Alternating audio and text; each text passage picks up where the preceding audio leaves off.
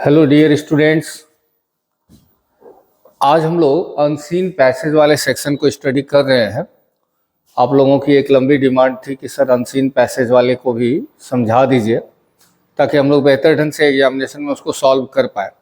तो आपके डिमांड्स को देखते हुए अनसीन पैसेज वाला पहला क्लास लिया जा रहा है। अगले क्लास में फिर इसको हम दोहराएंगे। तो अनसीन पैसेज पढ़ाने से पहले एक कहानी से हम शुरुआत करना चाहते हैं इस सेक्शन को। आपने देखा होगा कि कहीं कहीं, और उसमें से आप लोग भी शामिल होंगे, कुछ लोग खुराफाती होते हैं, आप लोग भी होंगे ऐसे, कि अनवांटेड गेस्ट की तरह कुछ शादी ब्याह में लोग घुस आते हैं। 3 इडियट्स फिल्म देखी है आपने। बिना निमंत्रण के ही लोग आ जाते हैं, उनको आमंत्रित किया नहीं जाता, फिर भी वो लोग वहाँ पहुँच जाते हैं और मस्ती से खा पी करके निकल लेते हैं। यह खुराफात आप में से भी कुछ लोग करते हो। ये जो चैप्टर है अनसीन पैसेज, उसी तरह एक अनवांटेड गेस्ट की तरह आपके एग्जामिनेशन में आ जाता है, जिसको ना तो आप जानते हो ना कभी देखा है, फिर भी वो आपको सॉल्व करने के लिए दे दिया जाता है। पैसेज है क्या, पहले वो समझो। कॉम्प्रिहेंशन के तौर पर पहले भी आपने इसको स्टडी किया है।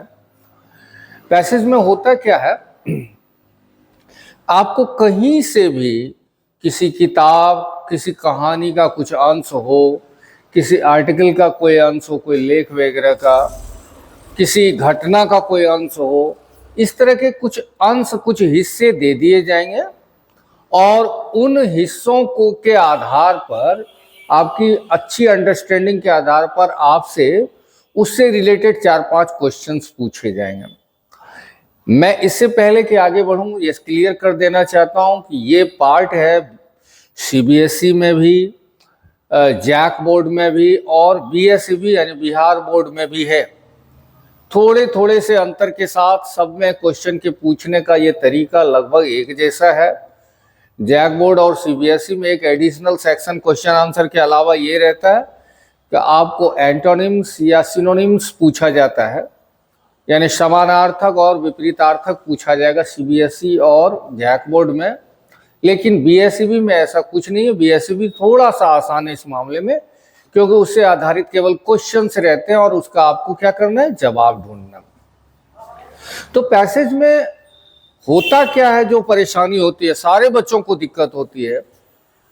तो देखो, पैसेज कोई भी कहानी का तो हिस्सा ही है, लेकिन उस कहानी के आंसर्स को सॉल्व करना और पैसेज के क्वेश्चंस को सॉल्व करना, दोनों में थोड़ा सा फर्क है।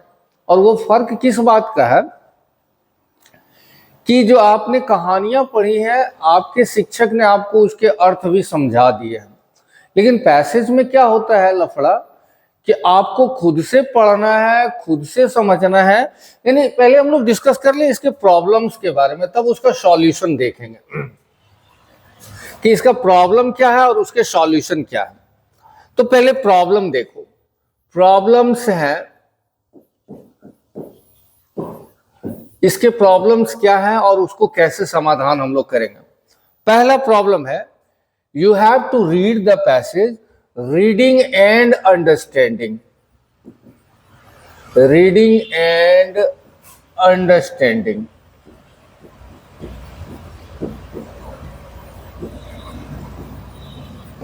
जो सबसे बड़ी समस्या है कि उस पैसेज को रीड करके और क्या कर लेना, समझ लेना।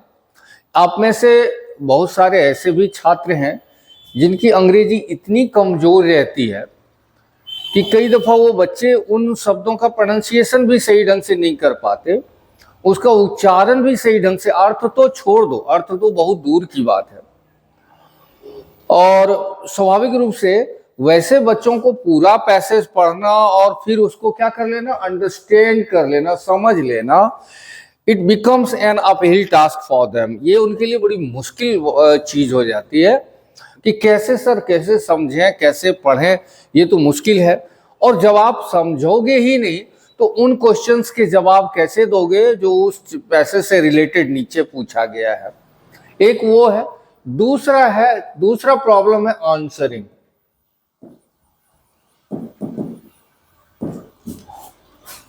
The second problem is answering. But according to me, the most problematic area is the first one. कि सबसे मुश्किल वाला जो एरिया है वो क्या है? पहला वाला, कि आपको रीड करके और अंडरस्टैंड करना है, कि पढ़ना है और उसको समझ लेना है, और समझने के बाद उस पर आधारित क्वेश्चंस के क्या करने हैं? जवाब देने हैं. Becomes difficult. जैसा मैंने कहा कि वो बच्चे जिनकी अंग्रेजी पहले से बेहतर है उनके लिए थोड़ी सी ये स्मूथ जर्नी हो जाती है, लेकिन जो बच्चे पहले से बहुत कमजोर हैं, और विश्वास मानिए आप बोलो या ना बोलो, 70% बच्चे ऐसे होते हैं जिनके लिए ये बहुत मुश्किल होने वाला है कि समझें और पढ़ें, दोनों काम करें, और समझ पढ़ने के बाद फिर क्या करें? आंसर करें. और थर्ड जो एक और महत्वपूर्ण एरिया है, ये बड़ा ही टाइम कंज्यूमिंग है.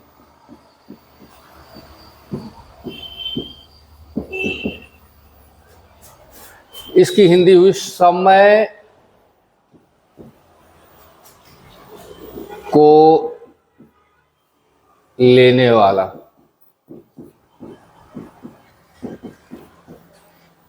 क्योंकि अब देखो क्या क्या होता है. आपने पैसेज पढ़ना शुरू कर दिया, पैसेज पढ़ने के बाद निश्चित रूप से एक बार में कई लाइन आप समझ नहीं पाओगे, क्योंकि there might be some words which are very difficult for you. To understand that line, what you do, you repeat that line once, twice, sometimes thrice. कई दफा कुछ वर्ड इतने कठिन हो जाते हैं कि आप उस पंक्ति को समझ नहीं पाते हो, और उस पंक्ति को समझने के लिए एक दफे नहीं, दो दफे नहीं, कई दफा 3 दफे उस पंक्ति को क्या करते हो? दोहराते हो. समझ सकते हो, 15 लाइन का अगर कोई पैसेज है, उसको उसमें कुछ पंक्तियों को आप 3-4 बार अगर पढ़ रहे हो, आपको पता नहीं चलेगा, और आपका 15 से 20 मिनट, शायद उससे भी ज्यादा का वक्त निकल जाए, और आपको अंदाजा ही नहीं चलेगा कितना टाइम हमारा चला गया. ये जो 3 पार्ट है, और ये आगे कंपटीशन वगैरह में भी आते रहेगा. ये नहीं सोचना ये ऐसा बैताल है आपके कंधे पर बैठेगा जिससे आप मुक्ति नहीं पा सकोगे. So what you have to do, you have to listen to me and you have to understand the trick through which you can solve any unseen passage. I do not say that whatever trick I am going to tell you is 100% appropriate, but at least it will save your time and it will enable you to give at least 70% of the marks from the passage section. कि जो trick मैं बता रहा हूं उसको लेकर के मैं कोई दावा नहीं कर रहा हूं कि 100% के लिए जानते हो सबसे बेहतर ऑप्शन क्या है? आप पूरा पैसेज पढ़ो, उसको अंडरस्टैंड करो, और अपनी अंडरस्टैंडिंग के आधार पर आप उसकी आंसरिंग करो. हाँ, और आंसर क्या करोगे? You will have to write in your own way. आपको अपने तरीके से लिखना होगा. तो जैसा हमने पहला कहा, रीडिंग और अंडरस्टैंडिंग तो मुश्किल है, दूसरा आंसरिंग और भी मुश्किल है. कि आप में से बहुत सारे बच्चे तो 2 लाइन लिख नहीं पाते हो, और उसमें से अगर किसी क्वेश्चन का जवाब लिखना है तो कैसे करोगे? It becomes difficult. और लास्ट में है समय भी बचाना है, और ये भी तय करना है कि हम उस पैसेज को छोड़ें नहीं. तो अब इसका एक रास्ता देखते हैं. हम लोगों को बीच का एक रास्ता ढूंढना है. ये तो हो गया प्रॉब्लम, ये थी प्रॉब्लम. अब हम लोग बात करें सॉल्यूशन का. समाधान, वो थी समस्या, और अब किसकी बात कर रहे हैं हम लोग? समाधान का. समाधान क्या हो सकता है? तो सबसे बेहतर समाधान है, you do not have to read the passage. शायद आपको बड़ी आश्चर्यजनक लगेगी कि सर क्या बोल रहे हैं. You do not have to read the passage. आपको पैसेज नहीं पढ़ना. What you have to do, you have to read the question first. आपको पैसेज नहीं पढ़ना. क्या करना? पहले क्वेश्चन को ही पढ़ो. हाँ, पहले क्वेश्चन पढ़ो, और उस क्वेश्चन को हो सकता है एक बार में वो क्वेश्चन आपको समझ में ना आए, तो उस क्वेश्चन को 2-3 बार पढ़ो. इतना तो कर सकते हो, क्योंकि क्वेश्चन कोई भी रहेगा 1 लाइन या बहुत ज्यादा तो 1.5 लाइन का होगा, बहुत लंबा नहीं होगा. तो उस क्वेश्चन को एक बार नहीं 2-3 बार पढ़ो. अगर एक बार में समझ गए तब तो दैट्स ओके. लेकिन अगर आपको रिक्वायरमेंट हो कि नहीं सर एक बार में नहीं समझे थे इसलिए हम उसको 2-3 बार पढ़े, तो गुड, दैट्स गुड. लेकिन पढ़ोगे ना इतना तो श्योर है कि आप उसको 2-3 बार पढ़ने के बाद, as I always tell you and I have been telling you this thing for a long time, that oxygen and English has become an inevitable part of our life. कि जैसे हमारे जिंदगी में ऑक्सीजन है, उसी तरह इंग्लिश को आप इनसेपरेबल हो गया है, वो अलग नहीं कर सकते। आप दिन भर में कई कई वर्ड बोल देते हो। हम लोग हिंदी बोलते ही नहीं, हम लोग इंग्लिश बोलते हैं, यानी हिंदी के साथ साथ इंग्लिश के शब्द रहते ही हैं। इसीलिए आपको किसी ने तमिल में गाली दे दी और मुस्कुरा मुस्कुरा करके गाली दिया, तो आप भी मुस्कुराओगे, जरूर कोई हंसने वाली बात कर रहा है। लेकिन अगर अंग्रेजी में उठपटांग बातें आपको बोल दी 5 मिनट तक, आप अगर उस अंग्रेजी नुमा अजगर का मुंडी ना पकड़ पाए तो पूंछ तो पकड़ ही लोगे। यानी कहने मतलब आपको सारी बात समझ में ना आई हो तो ग्रॉस में जब आपको टोटल बोलना उसका बंद होगा, तो आप तुरंत उसका गर्दन पकड़े, तुम हमको उठपटांग कुछ बक रहे थे। यानी अंग्रेजी एक ऐसी भाषा हो गई है ना कि आप उसका जब 2-3 बार स्टडी करते हो तो कुछ कुछ चीजें आप ट्रैप कर लेते हो, इसमें यही पूछा गया है। तो आपको क्या करना है, जैसा मैंने कहा, सीधा you do not have to read the passage, it is very time consuming, time taking. अगर पैसेज पढ़ने का लफड़ा डाला तो बहुत मुश्किल। हम उन छात्रों के लिए कह रहे हैं जिनके लिए पढ़ना, समझना और आंसर लिखना तीनों मुश्किल है। हम उनके लिए कतई नहीं कह रहे हैं जिनके लिए तीनों आसान है। यानी कहने वाले कि सर पैसेज भी पढ़ लेंगे, समझ भी लेंगे और आंसर भी अपने ढंग से लिए, तब तो दैट्स गुड, तब तो उसमें ज्यादा कोई रॉकेट साइंस नहीं, आराम से कर सकते हो।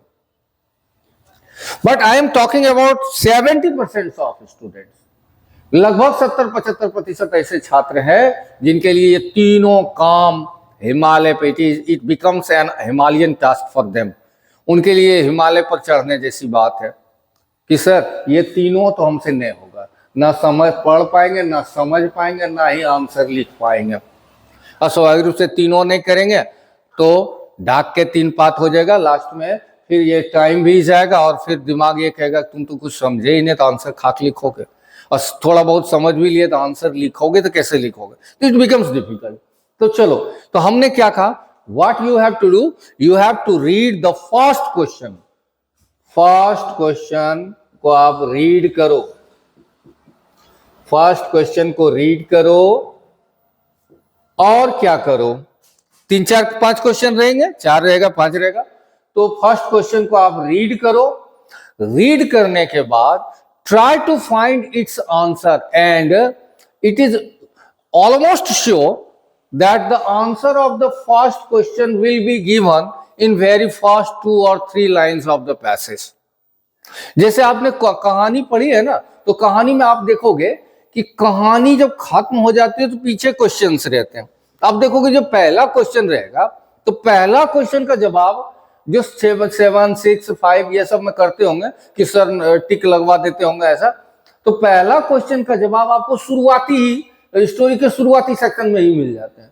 फिर जो जो क्वेश्चंस आगे बढ़ता जाएगा उसी तरह स्टोरी में आप नीचे नीचे उतरते चले जाओगे, दूसरा उसके बाद ढूंढना है।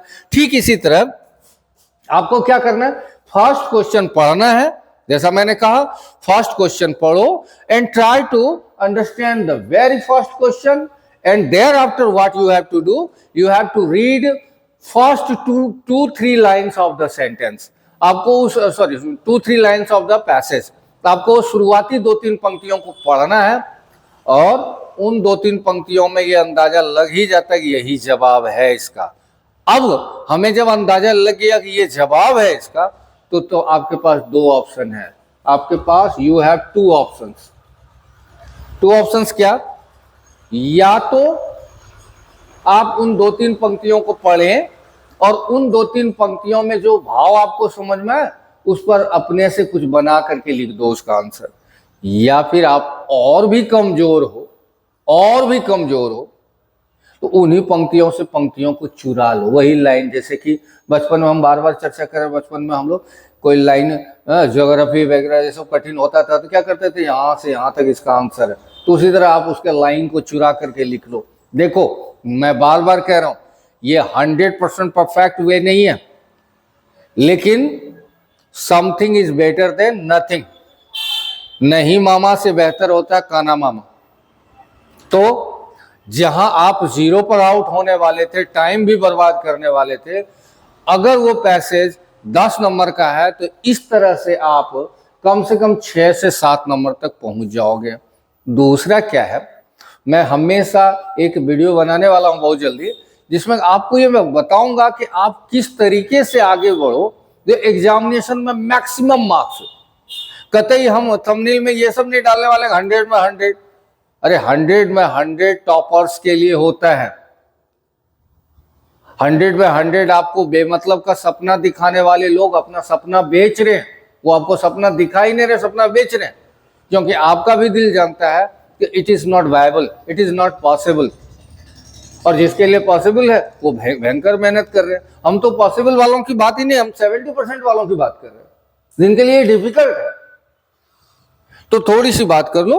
तो जैसा मैंने कहा कि पहला क्वेश्चन का फिर नीचे उतरना, दूसरा क्वेश्चन देखना, पहला सॉल्व कर लिया फिर दूसरे को पढ़ो, उसी तरीके से पढ़ो। एक बार में समझे तो ठीक है, नहीं समझे तो 2 बार पढ़ेंगे, नहीं समझे तो 3 बार पढ़ेंगे।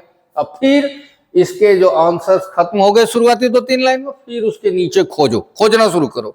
इससे क्या होगा, आप साथ में पैसेज भी पढ़ते जा रहे हो, हाँ, तो खोजने के क्रम में, और क्या हो रहा है, आप आंसर भी, यानी आपको सेपरेटली पैसेज अलग से पढ़ना फिर उसके आंसर लिखने का जो जहमत उठाना था वो नहीं उठाना पड़ेगा। ऐसा करने से जिन बच्चों के एग्जाम में एंटोसिनो का लफड़ा होगा, यानी समानार्थक और विपरीतार्थक, तो चूंकि आंसर लिखने के क्रम में उन्होंने क्या देखा, पूरा पैसेज ही पढ़ लिया, उनका दिमाग क्लिक करेगा ये वाला वर्ड, तो क्योंकि एक वर्ड देगा, जैसे कि सपोज करो कि एक वर्ड दे दिया कोई भी, सी मतलब देखना हो गया।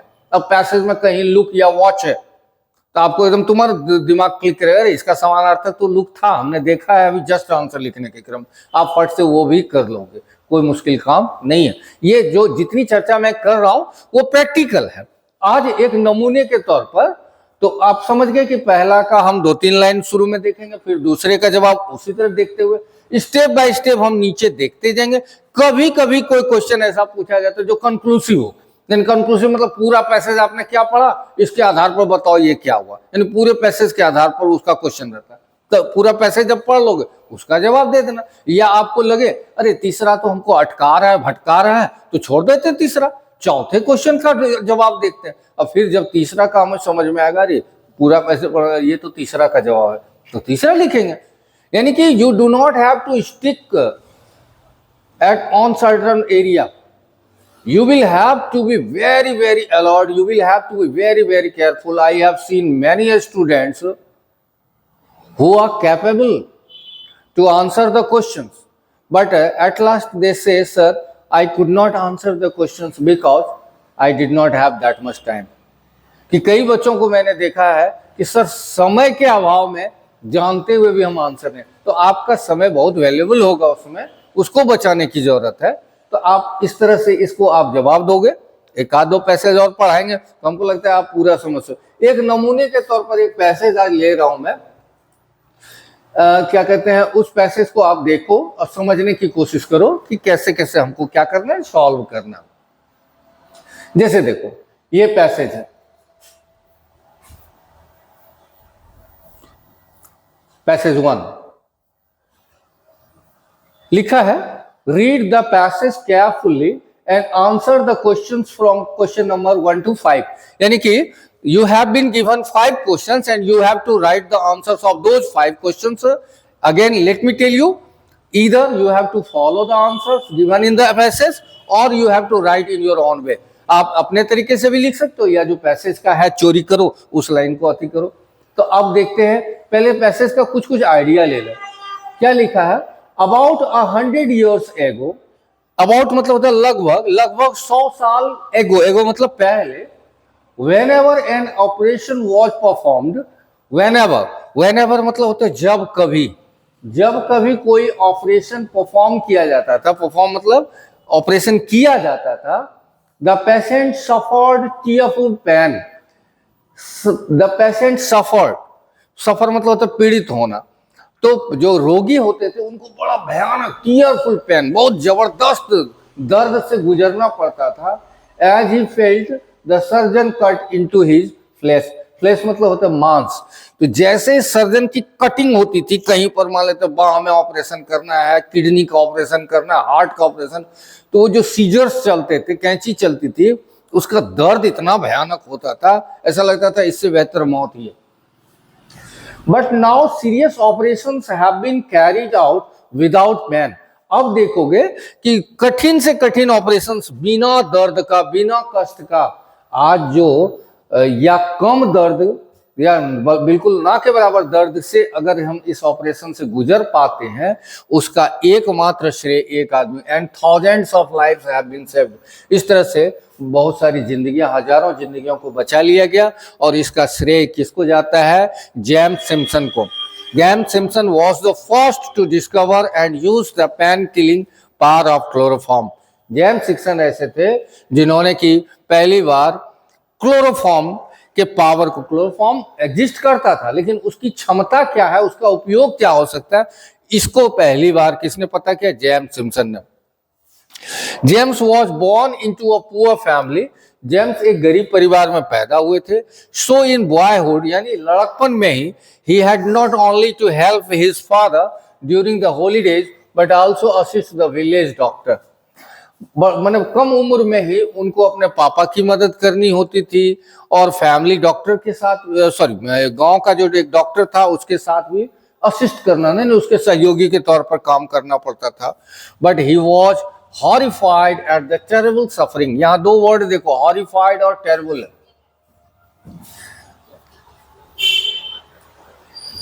एक है word horrified,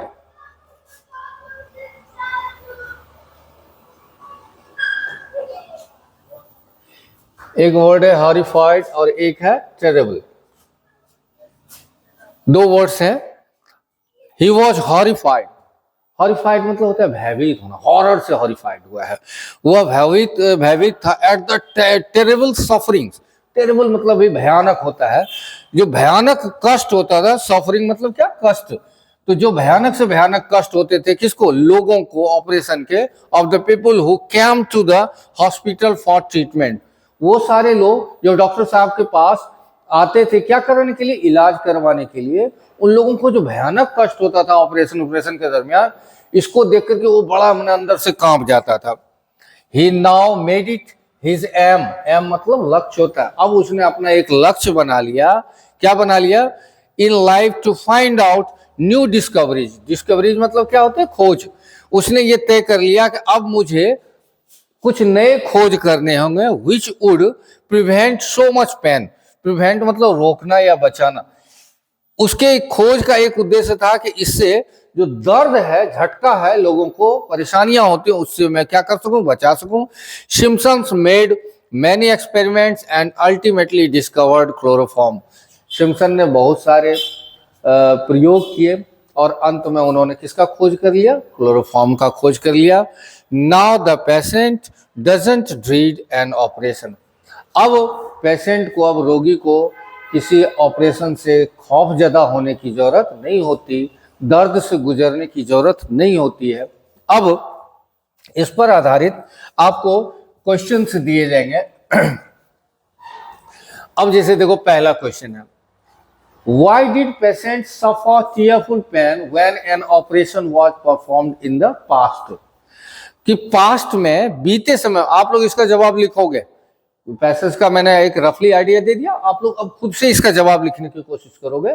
Why did patients suffer tearful pain when an operation was performed in the past? जब पास्ट में कोई ऑपरेशन होता था तो लोगों को इतना कष्ट क्यों झेलना पड़ता था? तो चलो आते हैं, हम लोग देखते हैं। अब फिर से देखते हैं। About 100 years ago, whenever an operation was performed, the patient suffered tearful pain as he felt the surgeon cut।